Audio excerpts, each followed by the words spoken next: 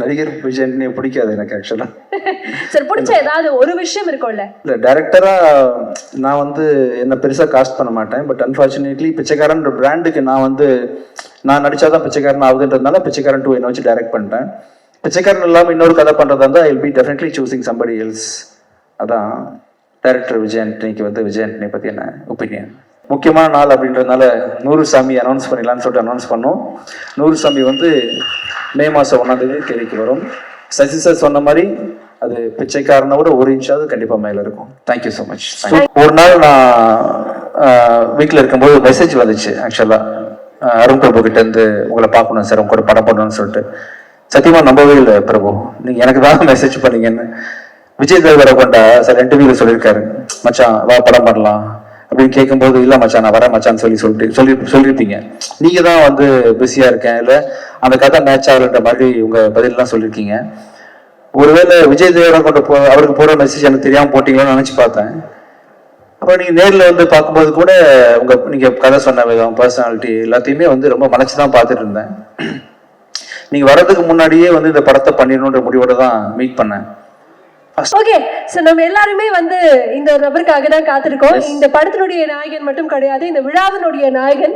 25 படங்கள் வெற்றி கொண்டாட்டமாக மாறி இருக்கு அப்படின்னா அது இந்த ஒரு நபருக்காக தான். அவ்வளவு அன்பு கூடி இருக்கு அப்படின்னே சொல்லலாம். Ladies and gentlemen, please put your hands together as we welcome the one and only Vijay Antony அவர்கள்.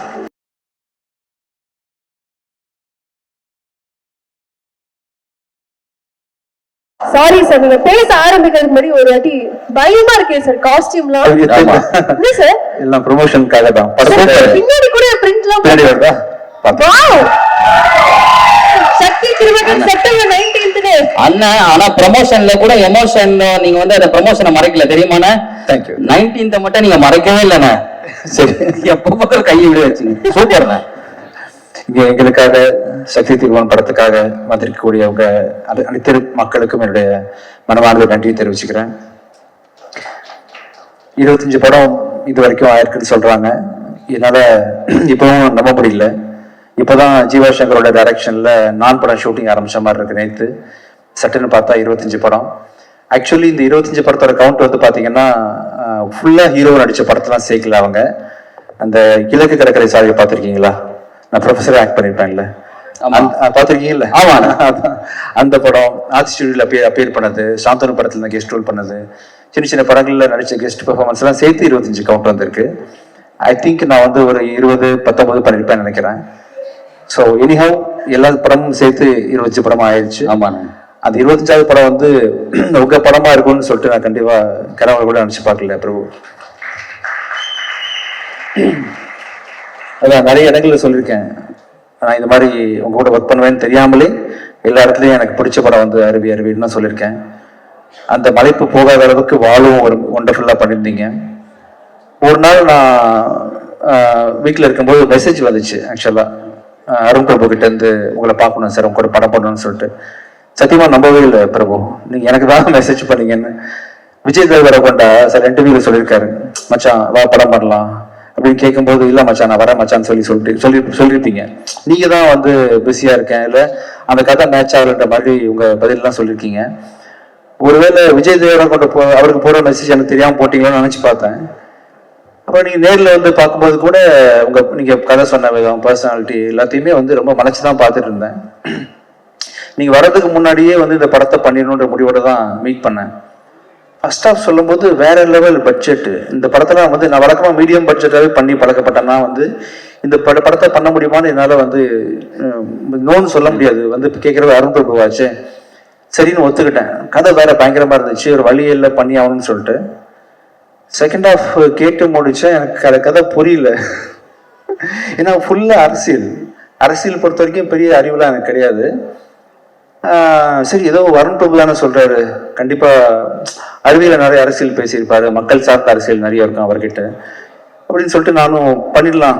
பொருள் செலவு ரொம்ப அதிகம்,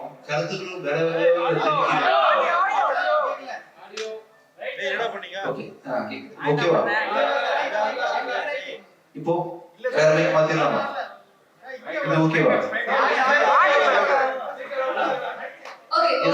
ஏதோ கேபிள் கட்ட போட்டு பாருங்க.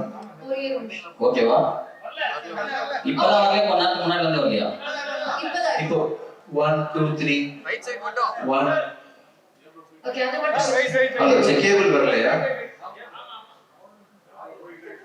1 2 1 2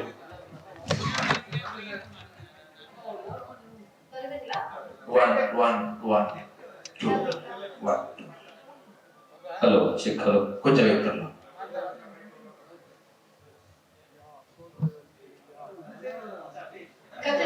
எனக்கு தெரிஞ்சு நீங்க பாத்தீங்கன்னா வந்துச்சு வரலையா சார் எனக்கு தெரிஞ்சு அவர் சூப்பர் பாடுறாரு சார் பாடுறதா இதுக்கு வராத முதல்ல பாட சொல்லுவியா சேஃப்டி பிரிகாஷன்ஸ்லாம் எடுத்து தரப்ப சொல்ல முடியும் இப்போ வந்துச்சா இல்லையா என்ன ப்ராப்ளம் கேபிள் கட் ஆயிருக்குமா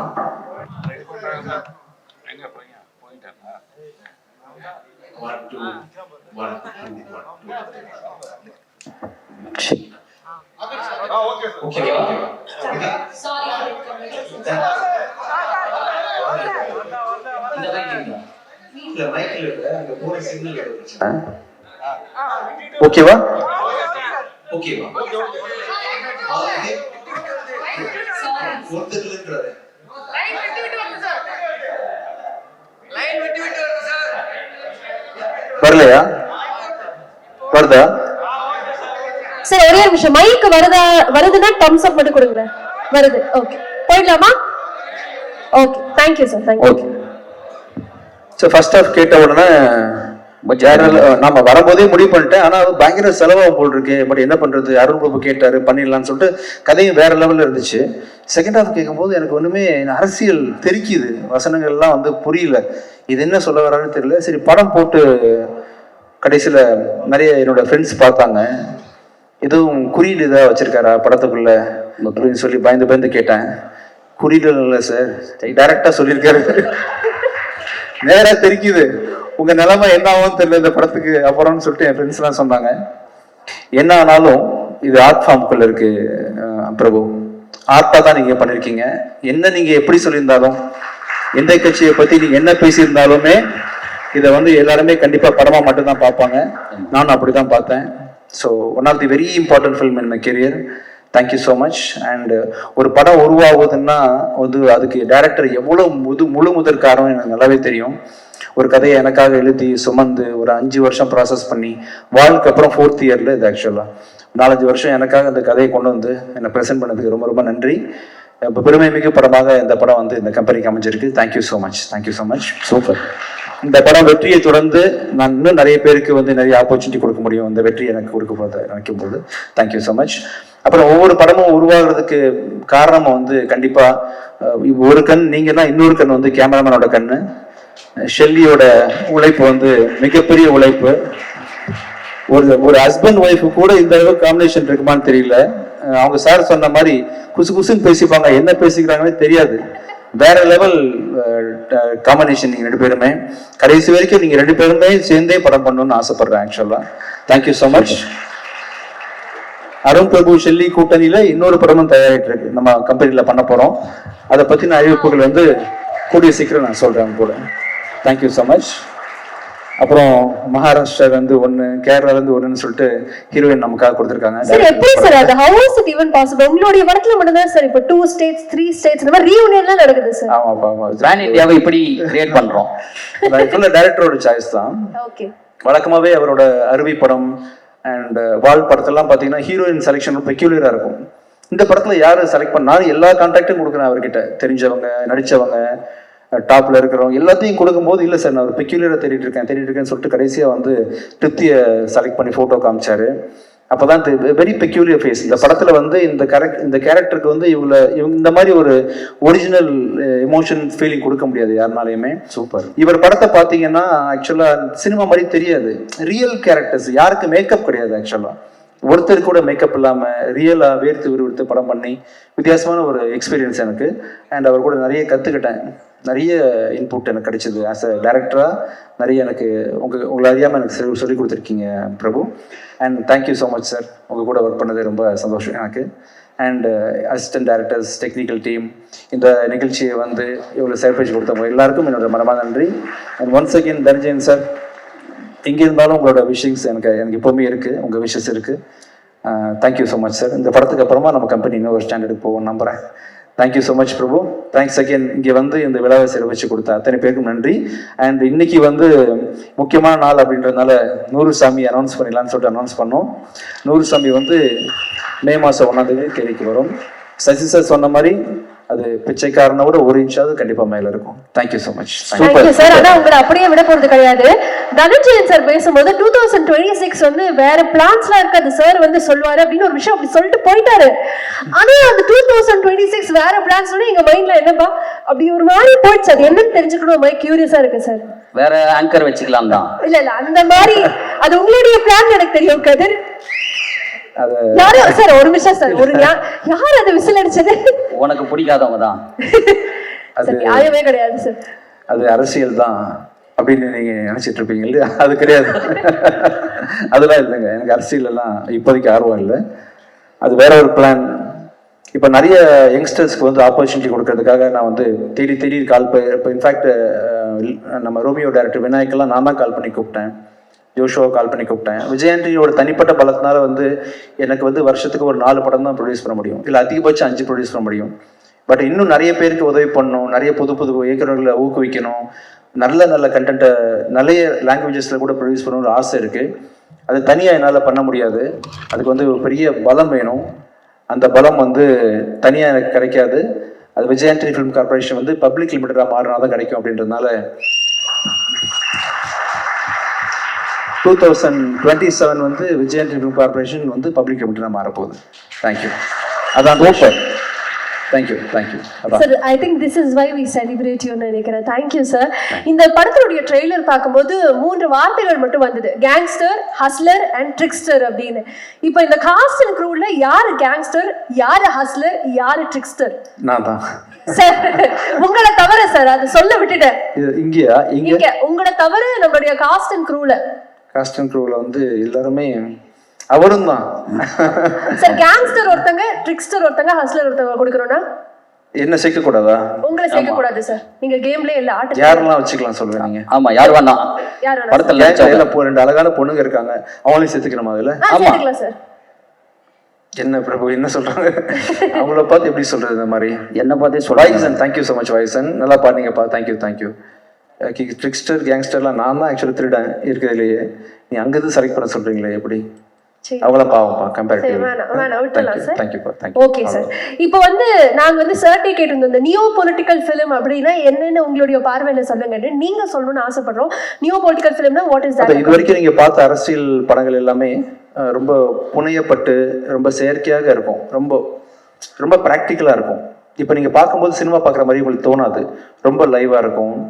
ஸோ மக்களோட வாழ்வியலை பேசுது. எனக்கு தெரிஞ்ச அரசியல் வந்து பார்த்தீங்கன்னா ஏழை பணக்காரன் அவங்களுக்கு பெரிய வேறுபாடு இருக்கு. ஜாதி அரசியல் எனக்கு தெரியாது, மத அரசியல் எனக்கு தெரியாது. எனக்கு தெரிஞ்ச அரசியல் என்னோட படங்கள் எல்லாம் தொடர்ந்து அது இருக்கும், ஏழைங்களோட பிரச்சனை இருந்துகிட்டே இருக்கும். இவரோட அரசியலும் மறைமுகமாக அதை தான் சொல்ல வருது. இன்னும் மக்கள் சார்ந்த நிறைய பிரச்சனைகளை வந்து ஃப்ரண்ட்ல வச்சு தைரியமாக பேசுனதுனால, அது இன்னும் யதார்த்தமான விதத்தில் பேசுனதுனால வந்து அதை நியோ பொலிட்டிக்கல்னு அவர் கூப்பிடுறாரு. அதான் ரீசன். சார், இந்த படம் வந்து நிறைய பாலிடிக்ஸ் சார்ந்து இருக்கு. நீங்களுமே பேசும்போது பிராக்டிக்கல் பாலிடிக்ஸ் இதெல்லாம் சொன்னீங்க. 2026 பாலிடிக்ஸ் எப்படி இருக்கும்னு நீங்க நினைக்கிறீங்க?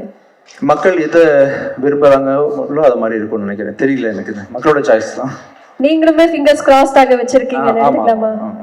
Super sir. நீங்க பேசும்போதே வந்து உங்களுடைய முதல் படம் நான் பத்தி சொன்னீங்க. எனக்கு அது பேசும்போது நிச்சயமாக இந்த கேள்வி கேட்கணும்னு ஆசையாக இருந்தது. உங்களுடைய நடிகராக முதல் படம் அப்படின்னா நான், அது வந்து மியூசிக் டைரக்டராக 25th ஃபிலிம். இப்போ இது நடிகராக 25th ஃபிலிம், இல்ல நீங்க இசை அமைச்சிருக்கீங்க. இது எப்படி இருக்கு? ரொம்ப எனக்கே நம்ப முடியலங்க. ஆக்சுவலா எனக்கு உண்மையிலே மியூசிக் கூட தெரியாதுங்க.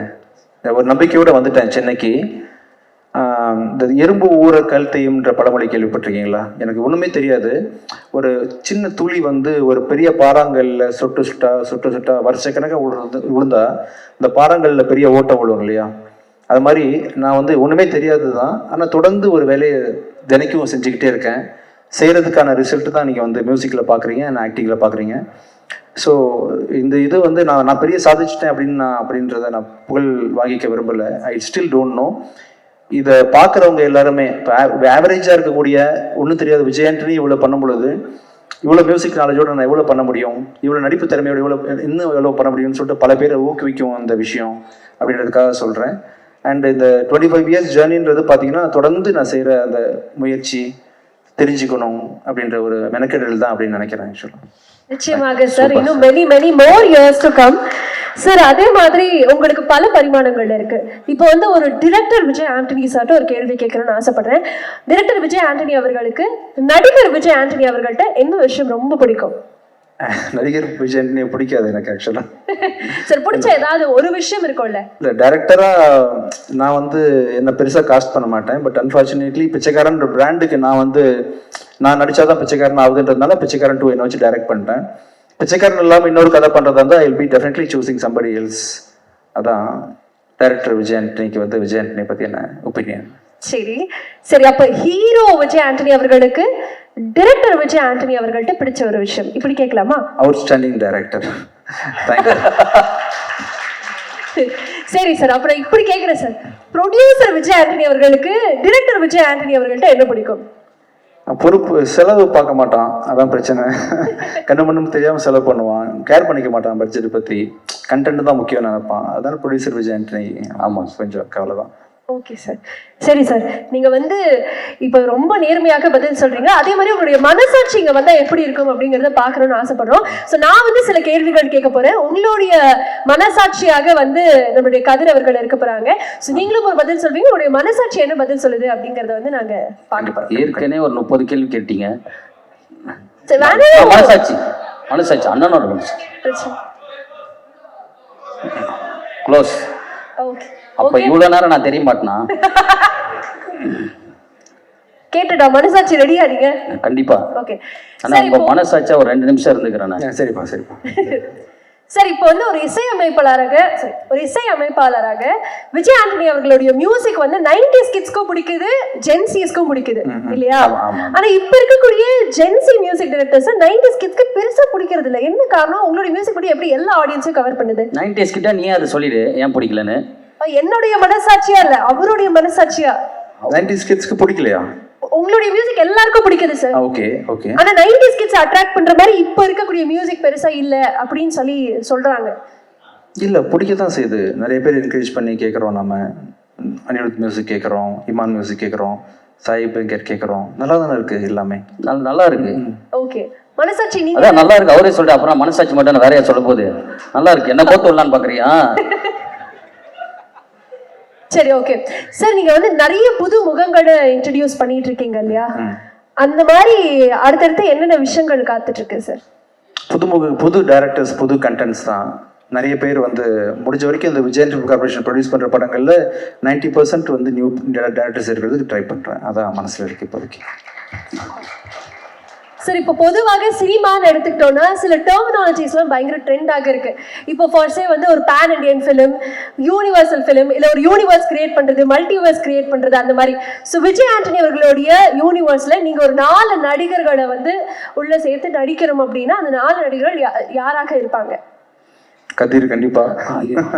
சார், கல்யாணியும் ஆக்டர்ஸ் தானே, அதனால உங்களையும் சேர்த்துக்கிறேன். Okay sir. 2 இது இல்லாம வேற யார் இருக்கா? இன்னும் 2 பேர் சொல்லணும் சார். நீங்க 2 பொண்ணு, திருப்தி அண்ட் ரியா, 2 பேர் வச்சுக்கலாம். இப்படி எல்லாமே இப்படி ஆங்கரே ட்ரிக் பண்ற மாதிரி பதில் சொன்னா நாங்க எப்படி ரொம்ப இப்போ இதுக்கு மனசாட்சி என்ன பதில் சொல்றதுன்னு யோசி. ஓகே, மனசாட்சி சொல்லுங்க. இல்ல, நியாயமா பேசுறாரு, அப்புறம் என்னது கதிர்னு சொல்லிட்டாரு, அப்புறம் அதுக்கு மேல மனசாட்சி பேசுற வாய்ப்பே இல்லை. இவங்க 2 பேரும் ஒரு பிளானிங்கோட இருக்காங்கன்னு நினைக்கிறேன். But anyways, Vijay Antony sir, ஒரு பெரிய பெரிய பெரிய நன்றி. எனக்கு வந்து ரொம்ப நிறைவான ஒரு தருணமாக இது ஃபீல் ஆகுது. Before I say a big thank you to you, உங்களை பத்தி ஒரு சில மீம்ஸ் மட்டும் காத்துட்டு இருக்கு, அது மட்டும் பாத்துடலாமா? கண்டிப்பா, sure. S.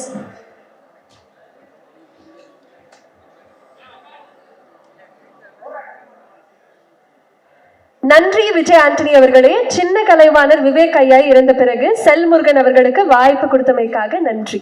My pleasure. Outstanding artist, 2வது லாயர் படத்துலயும் ஒர்க் பண்ணிருக்காங்க.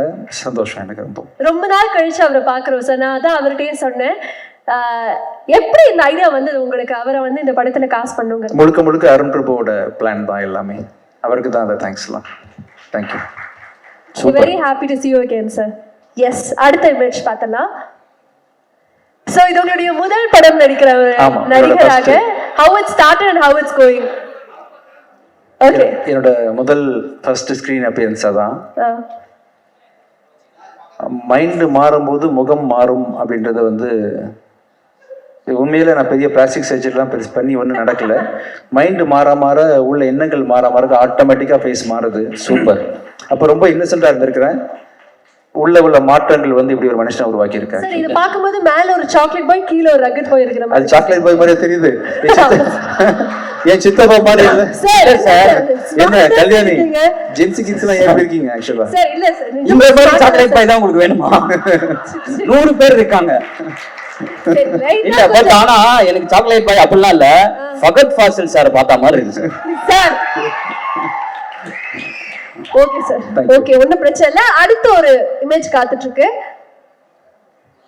விஜய் ஆண்டனி பி லைக் டிரெக்டரும் நானே, ப்ரொடியூசரும் நானே, மியூசிக் டிரெக்டரும் நானே, ஆக்டரும் நானே. அது நானே அந்த மாதிரி. இந்த மீமை பண்ணது யாரு? ஏதோ சரி பண்ண தெரியும். சரி இல்ல சார், இவ்வளவு பரிமாணங்கள் உங்களுக்கு இருக்கு, எப்படி உங்களுக்கு டைம் இருக்கு, எப்படி பேலன்ஸ் பண்றீங்க sir? how is it possible? Time இருக்கு, பார்ட் டைம் ஒன்னு பண்றேன். அருண் பிரபு பாத்தீங்கன்னா ரைட்டர், ஆக்டர். அருண் பிரபு பத்தி தெரியுமா உங்களுக்கு? Is actor basically. அது ஸ்டேஜ் ஏறும்போது தெரிஞ்சு சார். அவர் நிறைய டிவி சீரியல்லாம் பண்ணிருக்காரு. Actor come writer cum director. இது என்னென்ன இருக்குன்னு தெரியல உள்ள. Actually lyric writer. எப்படி சார் இப்படி அமைதியாக? டீமே வந்து ஒரு மல்டி டாஸ்கிங் டீம்னு நினைக்கிறேன். இந்த மீமுக்கு வந்து ஆன்சர் வந்து அங்க பக்கத்துல இருக்க போட்டோலயே இருக்கு சார். எல்லாமே கலெக்ஷன் சார். ஓகே, அப்படியே இறுதியாக ஒரு ஃபைனல் மீம் நமக்காக. இந்த படத்துல அரசியல் பேச ஆரம்பிச்சிட்டாரு விஜய் ஆண்டனி அவர்கள். அரசியல் பயணத்திற்கு வாழ்த்துக்கள் சார் அப்படின்னு சொன்னோடனே விஜய் ஆண்டனி சாரோட ரியாக்ஷன் அதேதான். Thank you. Okay sir, நன்றி. Thank you so much. வந்த அனைவருக்கும் மிக்க நன்றி. Thank you so much. Thank you Prabhu. Thank you sir. Thank you. Thank you sir. Thank you Rekha. Director team எல்லாரும் வந்து ஆமா நீங்க அசிஸ்டன்ட் டைரக்டர்ஸ் எல்லாரும் கேமராமேன் அண்ணா எல்லாரும் அவங்க ஒரு போட்டோ எடுத்துக்கலாம். Fatima Vijay Antony Company, Vijay Antony Film Corporation, Meera Vijay Antony presents Shakti Thirumagan வரக்கூடிய செப்டம்பர் 19. இல்ல முக்கியமான விஷயம் சொல்ல மறந்துட்டேன். இந்த படம் வந்து கண்ணன் சார் இல்லாம இவ்வளவு சிறப்பா இருந்திருக்காது. Kannan sir place a very vital important role in this movie. இந்த படத்துக்கு அப்புறம் சார் நீங்க அமெரிக்கா போக முடியாது சார். நீங்க வந்து தமிழ்நாட்டில் செட்டில் ஆக வேண்டியிருக்கும். வீடியோ பார்த்துங்க. Thank you so much sir. Thank you sir. Thank you.